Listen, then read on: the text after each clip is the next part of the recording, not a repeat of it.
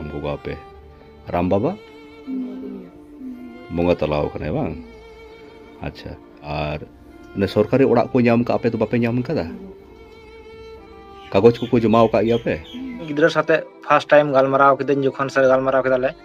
तो दायागन को गिद्रा को राग दा जम ठीक ठाक बाको नाम दा और हरमो को पे नेल दाड़े कना नुकु गिद्रा जम अभाव ते किचड़ी खंडुआ को बना मिटे गोगो जना 37 থেকে 38 বছর বয়স তাই अनुमानिक उनी लिभार खटाव काते जम चुका तो अड़ी दुख नुकु गिद्रा हनेल काते मेदा बांग ठरा कना और जोहार असन बिलाइफ रे सनाम को सागुन दाराम नित जहां चितर बन नेलदा जहां दो पोनिया टूर गिदर जहां दो बाबा ते को टूर अकना पोनिया गिदर ओड़ा को रापुत चाबाव कान तको एंते रे हो सरकार तरफ ना जहां लकना ओड़ा बांग को नामा कदा घटना हुयु कना जहां दो मालदा रेना हबिपुर ना घटना कना जहां लका चितर बन नेलदा ओड़ा ना चितर नासेना ओना वीडियो बन नेला उनको ओड़ा ना स्थिति ओका लका ओना सावते आबो सावते नित जपलाव रे मेना कतिया मालदा खना के कृष्णा गंके जपलाव रे मेना कतिया घटना बन हतावा उनको पोनिया पोनिया टूर गिदर जहां दो आपात ते को टूर कना ओड़ा दुआर रापुत चाबाव कान तकोआ एंते रे हो सरकार तरफ ना जहां लकना ओड़ा बांग को नामा कना मिटन जहां कुड़ी गिदर मेनाया उनी दो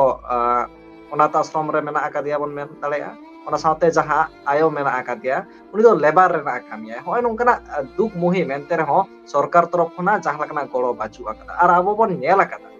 जहां कोआ बिल्डिंग तहन तकोआ एंते रे हो ओनकान होड़ को दो मिटन बदलते बारिया ओड़ा हो को नाम गया मेनका तहन नुकु टूर गिदर जहां आपात बाचू आकादिया आयो मेना आकादिया आयो लेबर कामी दिदाय नोंकान गिदर को तहन ओड़ा बांग को नामेदा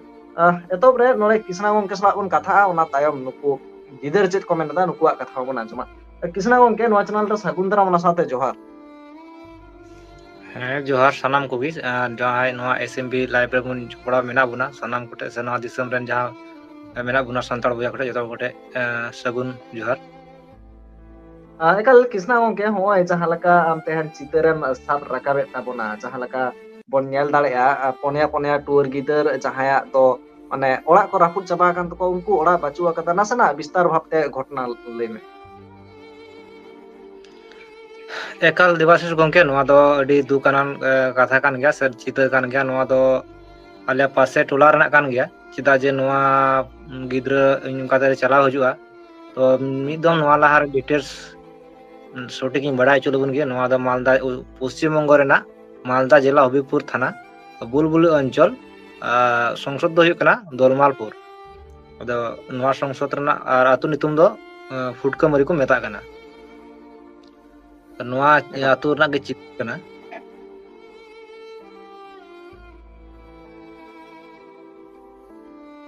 एकल एनकान खबर ओका लका नित धाबि ओड़े जहां रकम लई ताबना ओड़ा नित धाबि बांग को नामा कता ओड़ा रापुत चाबाव कना सरकार चेत नोआ बाय बाड़ाया से ओका लका तबे जहां तिने गान इन हो बारहे बारहे ते खोज हाथ केदा जे किछु दिन लाहा गिन चलाव लेना अब बड़ा गया बांग्ला आवास योजना मिटे प्रकल्प अब पश्चिम बंग सरकार अगू कदा तबे इन नुकु को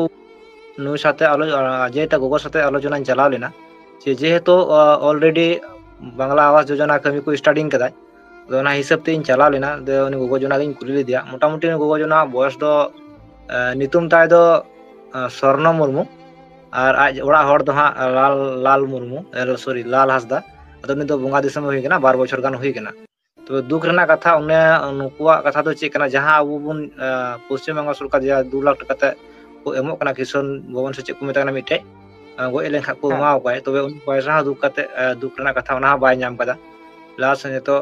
गिदरा माध्यम ते बड़ा केदा जे विधवा भाता तो नाम दा तबे उना ते तो चे हो बांग हुई कान तको नुकु को आर्थिक अवस्था इन कते अडी दुख बुझे कना तो इन लगिन कुली लिदिया जे ओड़ा रना दो पे नाम का असबां तो उनी मेंदा दुख कते गोगो हड़ा कते मेंदा जे बाबू आले दो ओड़ा तो बाले नामा पासे नय अडी इन दम फॉर्म ले जमा केदा जे ओड़ा टोला दो कर हे लेकना एटा हर नाम हर को नाम दा आले दो बां तो डी सटीक भाबे बाय गालमारा ला कमी चला कानते तो मन रे nya आघात इंगेव केदा जे मेनते सटीक हो बाय गल्प लेदा तो आरहा मि दिन हा इन हजुआ नोका गे आदो उनका होते तामते सरीगे इन हो लिस्ट को नेल बड़ा केदा इन मेंदा पासे लिस्ट हेज कान खाय लिस्ट हो नेल बड़ायना जे बांग लिस्ट रे दो बनुआ उना संसद रे दो खाली मी होड़ा नितुम गे मेना और कैंसल रे nyel keda list re ona reho banua je mente je unko cancel kan ko se ona nyel keda ona ha banu takwa ado duk rena katha do nuku jahay unku pia tour gidra menak kwa Baba tour ते मिट्टे दो मैं गिद्रे मिनाया किंतु उनी दो अनाथ आश्रम बोले मिनाया 10 बछर धरे उंडे गे मिनाया क्लास 10 रे पढ़ा कना आ जेटा नुई हरियर गंजी हरो का उनी दो 9 रे पढ़ा कना आ उनकिन बाबू तकिन बारे में किन कटी किन उनकिन दो मिट्टे दो 4 दबे पढ़ा का मिट्टे दो 6 दबे तो पैसा टका बांग खातिर ते नुकिन गिद्रा पढ़ा बंदो कान तकिन तो नुकिन गिद्रा साथे फर्स्ट टाइम गालमाराव किदन जोखन सर गालमाराव केदाले तो दाया गन को गिद्रा को राग दा जम ठीक ठाक बाको नाम दा और हरमो को पे नेल दाड़े कना नुकु गिद्रा जम अभाव ते किचड़ी खंडुआ को बना मिटे गोगो जना 37 থেকে 38 বছর বয়স তাই अनुमानिक उनी लिभार खटाव काते जम चुका तो अड़ी दुख नुकु गिद्रा हो नेल काते मेदा हो बांग ठरा कना और नुकु गिद्रा पुलिस हाते सजा को रारा कना तो ने होड़ हो अड़ी कष्ट बुझावना उनको गिद्रा नेलते तो नुकु साथे आलोचना काते बड़ाय कना जे नय पे नेल धाड़े अपना स्क्रीन रे नुकु गिद्रा रूम अबो जे मेटे उड़ा मेना तबना रूम मेना तबना से रकम गे बनुआ एकदम सफा सफी नेलो कना बारांडा एकदम बारांडा रे नुकु को गितियो कना माने दा लेखा दा बोलो कना ना बारहे से करे पे नेला ओय टटी ना जेटा बिरना ना कोना आले से बिरना को मेता जहां लकाते कष्ट काते ना बिरना तो को बेढ़ा एसे कदा माने एक्चुअली खाली नुकु दो सिंपल माने डांगरी गई मेरम खन हो हयतो अडी माने अडी बांग ठीक जगह रको तान कना नुका गई डांगरा हयतो मन जगह रूम रूम दो का किंतु उनको खन हो अडी जुदा माने उड़ा बांग कना एकदम उड़ा गे बांग कना तो साकम बारांडा ना हो ओत को गितियो कना तकवा माने दा को झटास को कन तकवा उनका अवस्था नुकु गिद्रे कोन मेना एकल कथा अब नवा को इदी कते जित जहां लका सरकार आवास योजना मेना कता खाना हर को जहां मेना कात को सनाम लकान हर को नामे दा ना साथे नुकु टूर गिदर चेहन ओका लकाते बाको नामे दा कथा अब चेत को मेना दा नुकु गिदर ना चितर ना सना ना बन आजम लगे नुकु मोचा खना के ओना तायम विस्तारित बला रे अमरिका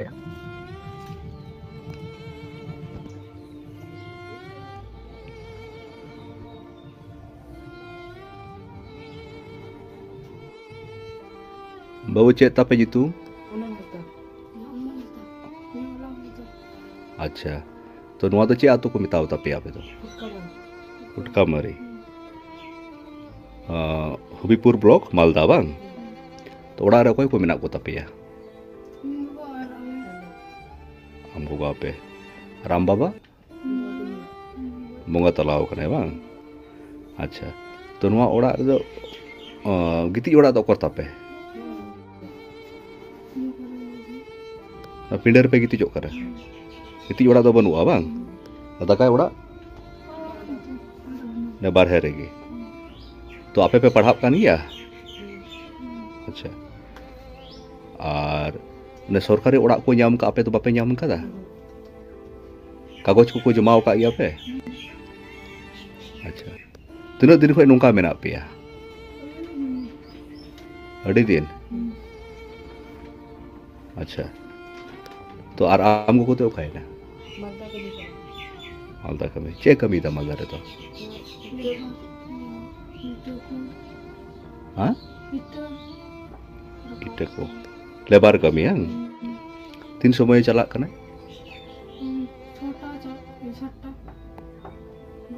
सेता छोटा रे दाका तू को चे चला कना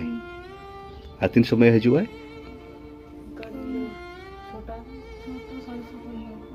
सारा दिन आपे मत पे तहन कना तो स्कूल दो बंद हो गया बांग और आम बाबाई बोंगा तलायन ओना रे हा किछु सरकारी सुजोग सुविधा ओना को पे नाम का गया पैसा को पे नाम का गया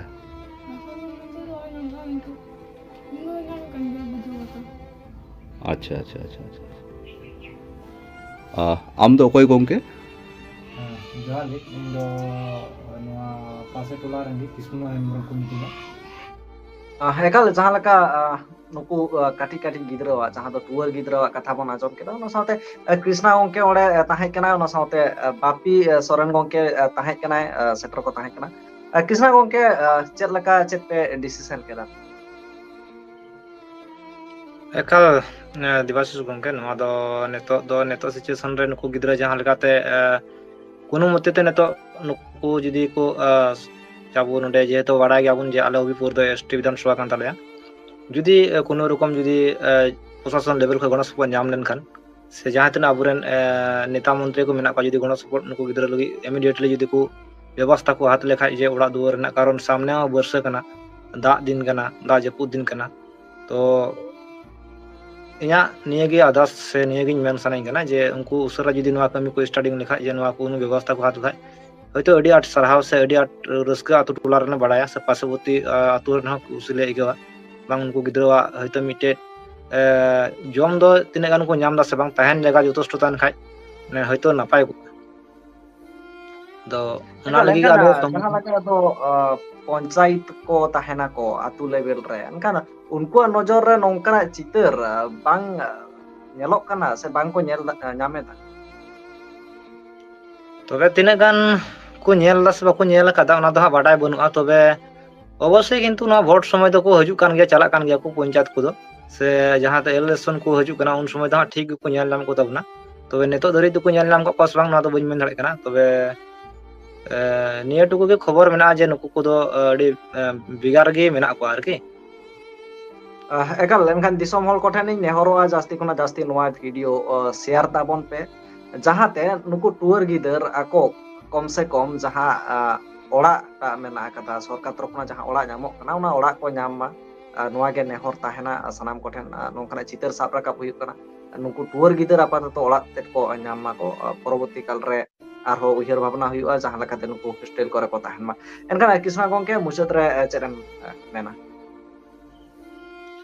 मुचारे निया गिन मेना दिवास गंके नुकु गिद्रा हालत नेल काते इन हो बांग बेस्ट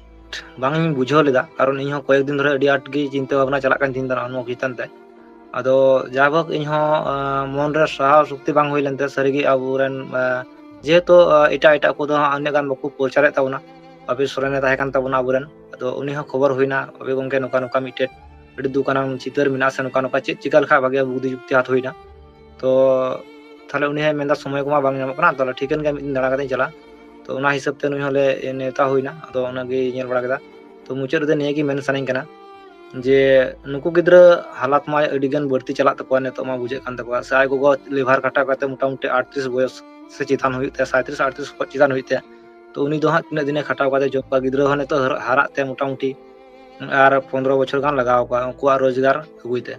तो उना चितान ते इनिं मेना निया गी मुचार रे नुकु गिद्रा जिना सुरक्षा व्यवस्था जिना सरकार अडी मिलिट हाथ मा और जहां तना जुदी अबो बन गण सपोर्ट बन एम दाड़े खाय तीन गपा मध्य रे नुकु गिद्रा जोम टम ठीक ठाक बको नामदा कुली को खा सुजा को रादा और किचड़ी हयतो बनु तको माने किचड़ी को माने अडी अभाव गे नेलक कना को तो गण सपोर्ट जुदी सावता तला ख जुदी बन नाम खाय तले दो नेहर कने हयतो उना को हयतो नुकु किछु किछु बन हेल्प लको खाय तो खूब बदराव वा냐 मेन रदा एका लाइमा साराव स्क्रीन रे नोड़े हा इन किसना गंकिया नंबर नेम का फोन पे नंबर ओनाटाते पे भेजा दाड़ेया और जहां को गड़ो पे भेजाया हिजु कान दिन रे जहां वीडियो तैयार हुआ ओना रे आपे को नितुम निहत उछन हुआ जहां को नवा इदी कते गड़ो पे एमेदा मान खाना नवा गे नेहर ताहना गड़ो एम ताबन पे किछु किछु कते रहो जहां ते नुकु गिद्रा कम से कम बन गड़ो दाड़ेया को आयमा साराव किसना गंके नोंकान चितर साब राकाब खातिर सारी गे सांताल सावता समाज रे उना दुख वाली चितर सामांग रे हिजु कना दुख बुझा कना मानखान दिसम हल को आयमा आयमा साराव नेहर ताहेना आपे को गड़ो पे एमा मेंतन वीडियो पे शेयर मेंतन मानखान साराम को गे जोहार किसना गंके आयमा साराव जोहार